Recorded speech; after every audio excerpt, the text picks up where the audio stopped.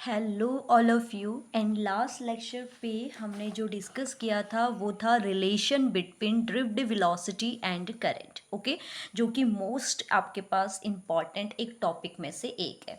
Clear है। इसके बाद हमने इसका प्रूफ जो देखा था वो हमारे पास आया था आई इक्वल में N E V D A, यानी कि ये आपके पास करंट हो गया, ये हमारे पास ड्रिफ्ट वेलोसिटी हो गई। तो इसके बेस पे हमने इसको सॉल्व किया था।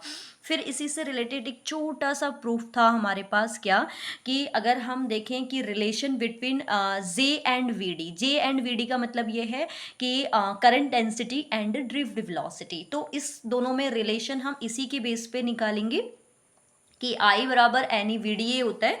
तो J इक्वल में I ओवर ए इसका फॉर्मूला है, तो यहीं पे हम पुट करके इसको फाइनली निकालते हैं, सॉल्व करते हैं, तो हमें मिलता है J और VD के बीच में रिलेशन क्या, J इक्वल में एन ई वी डी, जहाँ N जो है नंबर्स ऑफ इलेक्ट्रॉन्स हैं या आयंस हैं, E हो गया चार्ज ऑफ इलेक्ट्रॉन, क्या होता है charge of electron, E equal में 1.6 इंटू 10⁻⁹ ओके। एंड VD आपको कुछ ना कुछ क्वेश्चन में गिवन होगा, ठीक है।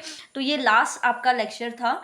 आज हम जो देखेंगे पार्ट 4, और पार्ट 4 में हम आगे के टॉपिक देखेंगे जिसमें पहला है इलेक्ट्रिक रेजिस्टेंस। अब हम यहाँ पर इलेक्ट्रिक रेजिस्टेंस को देखें तो इलेक्ट्रिक रेजिस्टेंस की मैंने यहाँ पर आपकी दो डेफिनेशन लिखी हुई है, ठीक है। दो डेफिनेशन क्या है, एक तो क्या है कि जो आपका करंट होता है ना, जैसे मैंने कहा कि ये करंट है, ये करंट फ्लो हो रहा है अपने मतलब अपने ही मोशन में आपका फ्लो हो रहा है। तो यहाँ पर इसका जो पाथ है, इस पाथ पर जो बैन लगाएगा, क्या करेगा, इसको रोकेगा, इस करंट की फ्लोइंग को रोकेगा, उसी को हम क्या बोल देते हैं, उसी बैन को हम बोल देते हैं रेजिस्टेंस। ओके, एक डेफिनेशन तो ये है, एक हमारी मैथमेटिकल डेफिनेशन है। ओके, तो हमने क्या कहा कि जो करंट की फ्लोइंग वाला पाथ है वहां पर हमारा जो बैन लगा रहा है उसी को हम क्या बोलते हैं, इलेक्ट्रिक रेजिस्टेंस, ठीक है। देखते हैं डेफिनेशन क्या है। The position offered by the conductor in the path of flow of current, क्या कर रहा है ये आपका path of flow of current, current के पाथ पर आपका क्या कर रहा है, बैन लगा रहा है, is called the electric resistance of the conductor. तो वो उस कंडक्टर का क्या होगा, इलेक्ट्रिक रेजिस्टेंस होगा, ठीक है। अब इसकी अगर हम दूसरी डेफिनेशन देखें तो दूसरी डेफिनेशन क्या है, जो मैथमेटिकल डेफिनेशन है, the ratio of the potential difference to the current is the called electric resistance. मतलब पोटेंशियल डिफरेंस और करंट का जो आपके पास क्या है, रेशियो है, उसी को हम इलेक्ट्रिक रेजिस्टेंस बोलते हैं। ओके, तो यहां पर देख लेंगे, मैंने हिंदी में भी आपका पास लैंग्वेज लिख रखी है कि वैद्युत विभवांतर तथा उसमें प्रवाहित वैद्युत धारा के अनुपात को ही हम उस चालक का वैद्युत प्रतिरोध कहते हैं, ठीक है। तो हमारी डेफिनेशन के अकॉर्डिंग हमारे पास जो फॉर्मूला निकल कर आया वो आया R इक्वल में V ओवर I, जो अभी आगे न्यूमेरिकल्स में भी आपका यूज होगा। ओके, फिर यहाँ पर हम इसकी यूनिट देखते हैं। तो यूनिट हमेशा याद रखिएगा, अगर मैं इसकी एसआई यूनिट की बात करूं, क्योंकि आपको पता है कि आपके पास बहुत सारी यूनिट्स होती हैं, क्योंकि जिससे वो रिलेटेड होगा सभी के अकॉर्डिंग हम इसको निकाल सकते हैं। तो इसकी एसआई यूनिट जो होती है ये किसने आपका डिफाइन किया था, ओम ने डिफाइन किया था। तो इसलिए इसकी जो एसआई यूनिट होती है वो क्या होती है, हमारे पास ओम होती है। क्लियर। बट अगर मैं इस फॉर्मूले के अकॉर्डिंग अगर आर की यूनिट निकालने की कोशिश करूं तो आपको पता है वी की यूनिट होती है वोल्ट, एंड अपॉन में आई करंट की यूनिट क्या होती है, एम्पियर। तो इसकी आपकी यूनिट आ जाएगी वोल्ट एम्पियर -1। क्लियर है। तो इस दोनों ही यूनिट आपने याद रखनी है। एसआई यूनिट की बात करेगा तो ओम है, और अब सिंपली अगर हाँ एमकेएस सीजीएस सिस्टम में आपसे पूछेगा तो ये हमारे पास वी वोल्ट हो गया, आई करंट एम्पियर हो गया, तो वोल्ट एम्पियर -1। ओके, इसके बाद डायमेंशन देखिए, यहाँ पर डायमेंशन नहीं होती है आपकी आर की। अगर आप डायमेंशन निकाल भी रहे हैं, चलो हम इसके अकॉर्डिंग डायमेंशन भी निकाल देते हैं। तो आर इक्वल में क्या है, वी ओवर आई है, क्योंकि हमें पता है जब फॉर्मूला हमारे पास है तो हम निकाल सकते हैं, ठीक है। वी वोल्ट, वोल्ट की कैसे निकलती है आपको पता है, ठीक है। जो जो आपके पास क्या होती है ना, यूनिट एक दूसरे से कनेक्टेड होती है। वी हमने पढ़ा था सेकेंड चैप्टर में कि डब्ल्यू अपॉन में क्यू होता है, ठीक। अब मैं यहाँ से देखूँ तो v इक्वल में W की क्या होती है, ml²t-2। जिसको W की भी नहीं पता वो F इंटू एस से निकाल सकता है। ml_t-2 फोर्स की होती है और S हो गई L, तो ml²t-2 अपॉन चार्ज की क्या है, AD। तो जब मैं इसको सॉल्व करूँगी तो V की टोटल डायमेंशन क्या आएगी, ml²t-3a-1। आया समझ में, कैसे आए, देखो m हो गया, l²t-2 है और आपके डिनोमिनेटर में t+1 है, देन अप में जाकर -1 होगा, देन टोटल हो गए हमारे पास -3 और a अप में जाकर हो जाएगा माइनस में, तो a एम्पियर -1। तो यहाँ पर हमने देखा कि इसकी SI यूनिट क्या होती है, ओम है। और अगर हम दूसरी यूनिट की बात करें तो वोल्ट एम्पियर इनवर्स है। और साथ में अगर मैं डायमेंशन की बात करूँ तो V की डायमेंशन हमने यहाँ पर पुट कर दी और I की डायमेंशन पुट कर दी। एक मिनट सॉरी, I की डायमेंशन अभी रही है ना, I की डायमेंशन क्या है हमारे पास, A है, एम्पियर। तो फाइनली ठीक है, यहाँ पर मैंने अभी स्किप हो गया, सॉरी। तो ये A अप में जाएगा तो ये माइनस में, यानी कि R की जो टोटल डायमेंशन आएगी वो आएगी ml²t-3a-2। तो इस तरीके से हम R की डायमेंशन को भी फाइंड कर सकते हैं, क्योंकि ये मैंने V की निकाली ना, ये कम्प्लीटली V की डायमेंशन है और अपॉन में आपके पास I भी है तो एम्पियर। तो इसको सॉल्व करके हमारे पास डायमेंशन आ गई ml²t-3a-2। ओके, तो आई होप आपको ये इलेक्ट्रिक रेजिस्टेंस समझ में आया होगा। इलेक्ट्रिक यानी कि करंट के पाथ पर जो भी बैन लगाता है उसी को हम इलेक्ट्रिक करंट कहते हैं। या the ratio of potential difference to the current, current के साथ पोटेंशियल डिफरेंस का जो रेशियो होता है उसी को हम इलेक्ट्रिक रेजिस्टेंस कहते हैं। ओके, और इसकी डायमेंशन ओम, वोल्ट, एम्पियर इनवर्स और इसकी जो यूनिट और इसकी डायमेंशन जो है ml²t-3a-2। ओके, अब नेक्स्ट हमारे पास टॉपिक है इलेक्ट्रिक कंडक्टेंस। तो इलेक्ट्रिक कंडक्टेंस को हम यहीं से देखेंगे। कैसे देखेंगे, आपको पता है इलेक्ट्रिक कंडक्टेंस क्या है, वैद्युत चालकता। तो वैद्युत चालकता अभी हमने क्या पढ़ा, रेजिस्टेंस पढ़ा ना, अभी हमने क्या पढ़ा, रेजिस्टेंस पढ़ा। तो इसी रेजिस्टेंस का रेसिप्रोकल जो होता है उसी को हम क्या बोलते हैं, इलेक्ट्रिक कंडक्टेंस। ठीक है, तो देखेंगे the reciprocal of electric resistance is called electric conductance. जो हमने अभी रेजिस्टेंस देखा, रेजिस्टेंस के रेसिप्रोकल को ही हम उसका क्या बोलते हैं, कंडक्टेंस बोलते हैं। ठीक है, यानी कि वैद्युत प्रतिरोध के व्युत्क्रम को वैद्युत चालकता कहते हैं। क्या कहते हैं, वैद्युत प्रतिरोध के व्युत्क्रम को ही हम क्या कहते हैं, उसकी वैद्युत चालकता कहते हैं। क्लियर हो गया, ठीक। तो G इक्वल में क्या आ गया, 1/R। अब यहीं से हम इसकी यूनिट एंड डायमेंशन निकालेंगे। देखो G की निकालनी है तो G इक्वल में क्या है, 1/R है। ठीक है, और अभी आपने R की यूनिट पढ़ी थी, क्या थी, ओम। तो यानी कि अगर ओम यहाँ पॉजिटिव है देन न्यूमेटर में जाकर ये नेगेटिव हो जाएगा। तो इसकी जो क्या होगी, इसकी जो क्या होगी यूनिट होगी वो क्या होगी, ओम इनवर्स होगी।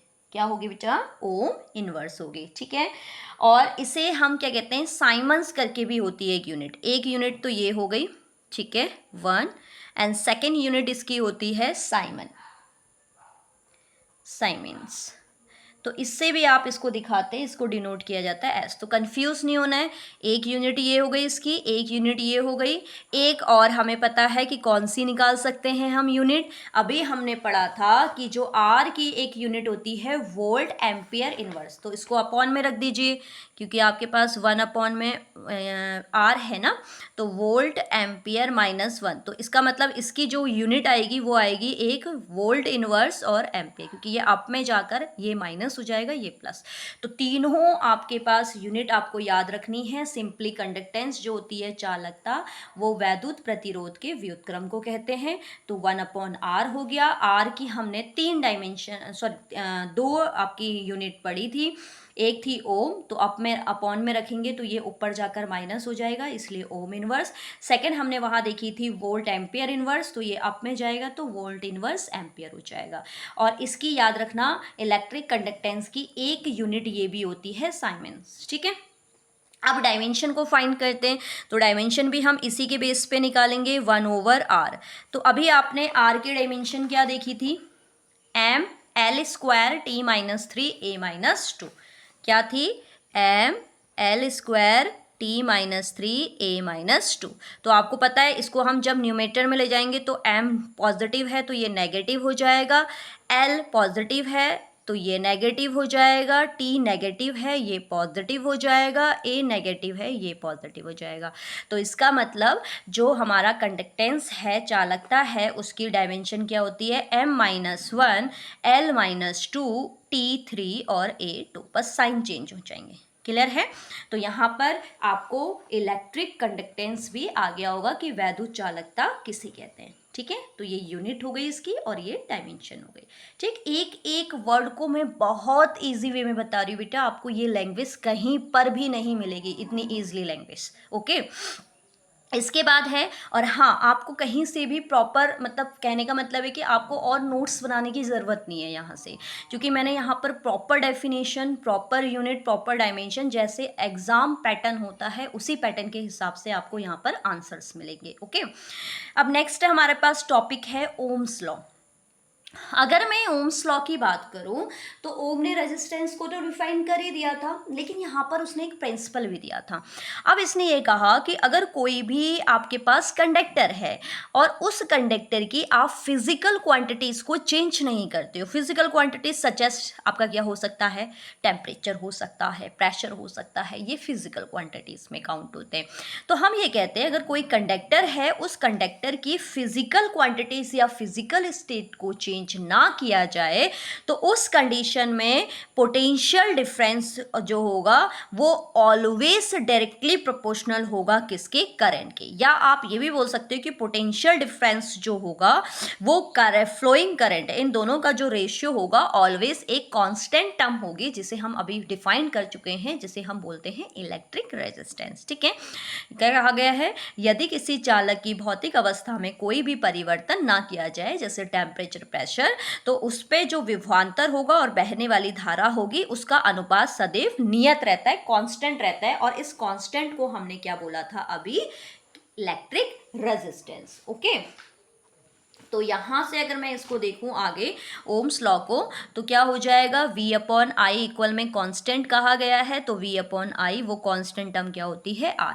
तो अगर मैं किसी मेटल के लिए I और V के बीच ग्राफ, क्योंकि हम कह रहे हैं कि V जो है वो डायरेक्टली प्रोपोर्शनल है I के, इट मीन्स अगर ये इंक्रीज होगा तो ये भी इंक्रीज होगा, ये डिक्रीज होगा तो ये भी डिक्रीज। तो जब दोनों क्वांटिटीज सेम वर्क करती है, एक को इंक्रीज करने पे दूसरी भी इंक्रीज होगी और एक को डिक्रीज करने पे दूसरी भी डिक्रीज होगी, तो उस कंडीशन पे हमेशा जो ग्राफ आता है वो एक स्ट्रेट लाइन आता है।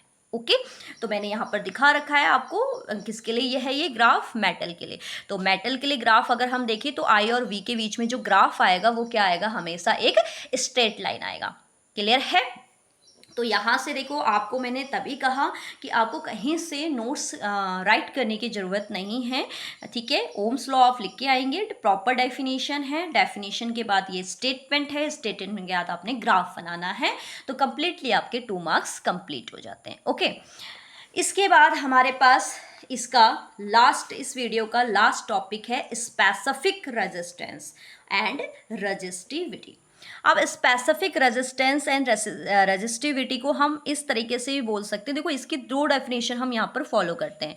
जो स्पेसिफिक रेजिस्टेंस होगा, स्पेसिफिक रेजिस्टेंस जो होता है वो रेजिस्टिविटी का क्या होता है, रेसिप्रोकल होता है। या आप ये बोल दो, या हम ये बोल सकते हैं कि जो रेजिस्टिविटी होती है या स्पेसिफिक रेजिस्टेंस होता है वो किसके रेशियो के इक्वल होता है, इलेक्ट्रिक फील्ड और करंट डेंसिटी के रेशियो के इक्वल होता है। ठीक है, तो यहीं पे मैंने यही इसी फॉर्मूले के अकॉर्डिंग डेफिनेशन लिखी हुई है, the ratio of intensity of electric field at any point within the conductor and the current density J at that point is called specific resistance।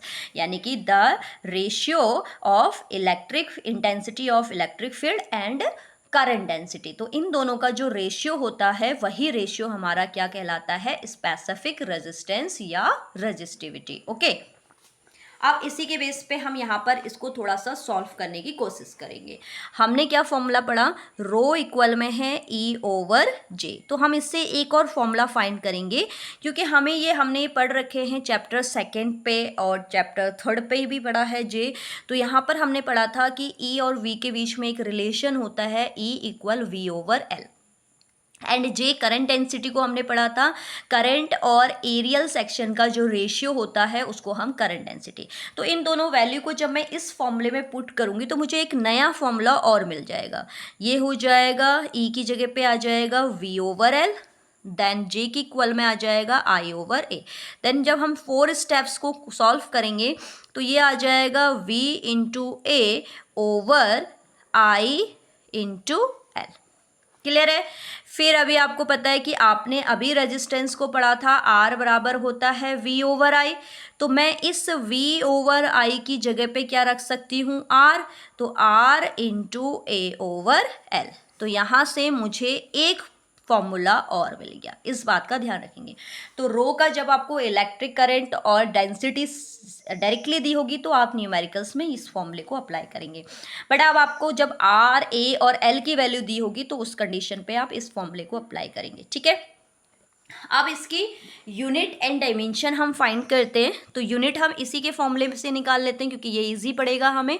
तो रो हमने देख लिया, रो इक्वल्स टू में है आर ए ओवर एल, तो are की unit क्या होती है, ओ, ठीक है, और ए की यूनिट क्या होती है, एरिया मीटर स्क्वायर अपॉन, और एल लेंथ की भी यूनिट क्या होती है, मीटर।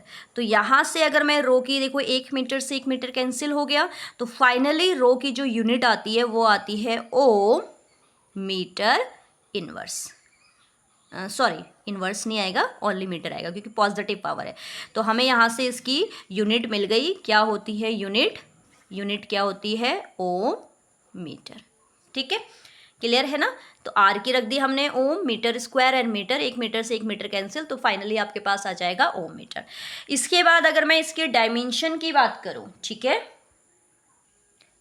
अब अगर मैं इसके डायमेंशन की बात करूं तो डायमेंशन आपको पता है, देखो आर के डायमेंशन अभी आपने निकाली थी, जिसको नहीं निकालनी आती है वो आपका क्या करे, वही same formula V over I से निकाले। तो आर की यूनिट डायमेंशन तो हमें ये मिल गई। क्लियर है ना, हम फॉर्मूले में पुट कर रहे हैं ना डायमेंशन के लिए। देखो रो इक्वल में आर ए ओवर एल है, तो आर की जगह इसकी डायमेंशन आ गई आर की। इसके बाद ए मतलब होता है एरिया की डायमेंशन क्या होती है आपके पास, एल स्क्वायर। ठीक है, एरिया की डायमेंशन क्या होती है, एल स्क्वायर। थोड़ा सा यहाँ पर ध्यान देंगे, जो डायमेंशन होती है उसे कंसल्टेशन साइन पे आपका बंद करते हैं। ठीक है, ये थोड़ा सा देख लीजिएगा कहीं पे अगर स्किप हुआ है तो। ठीक, ये डायमेंशन को आप क्या करेंगे, एक कंसल्टेशन साइन के अंदर फील करेंगे। ठीक, ये हो गया। इसके बाद हमारे पास अपॉन में क्या है, अगर हम देखिए अपॉन में आपके पास एल है, एल की क्या होती है, लेंथ यानी कि एल। तो 1L से 1L कैंसिल हो गया, तो फाइनली रो की डायमेंशन भी आपको मिल गई, विशिष्ट प्रतिरोध की क्या हो जाएगी, एम। देखिए एल स्क्वायर और एक एल ये है, तो टोटल हमारे पास कितने हो गए, एल क्यूब ए माइनस 3 सॉरी T-3 और A-2। क्लियर है।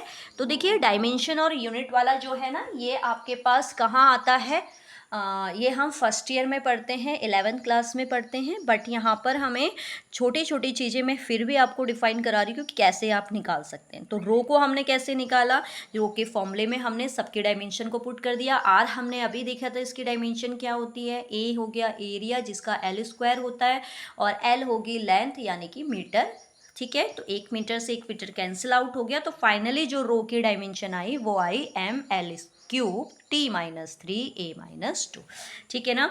तो आई होप आपको ये 4 से 5 टॉपिक जो मैंने इस वीडियो में डिस्कस करे हैं वो सारे के सारे आ गए होंगे, क्योंकि ये बाय डेफिनेशन आते हैं आपके एग्जाम में। ठीक है, अब नेक्स्ट लेक्चर पे हम क्या देखेंगे कि इससे रिलेटेड जो भी हमारे क्या है आपके और है, जैसे ओमीय सर्किट क्या होता है, अनोमीय सर्किट क्या होता है, डायनामिक रेजिस्टेंस क्या है। पहले हम इस चैप्टर की छोटी छोटी आपकी टर्म्स को देखेंगे जहाँ से हमारे न्यूमेरिकल्स हर साल बनते हैं। ओके, तो मिलते हैं नेक्स्ट लेक्चर में इसी एनर्जी के साथ, तब तक के लिए बाय बाय।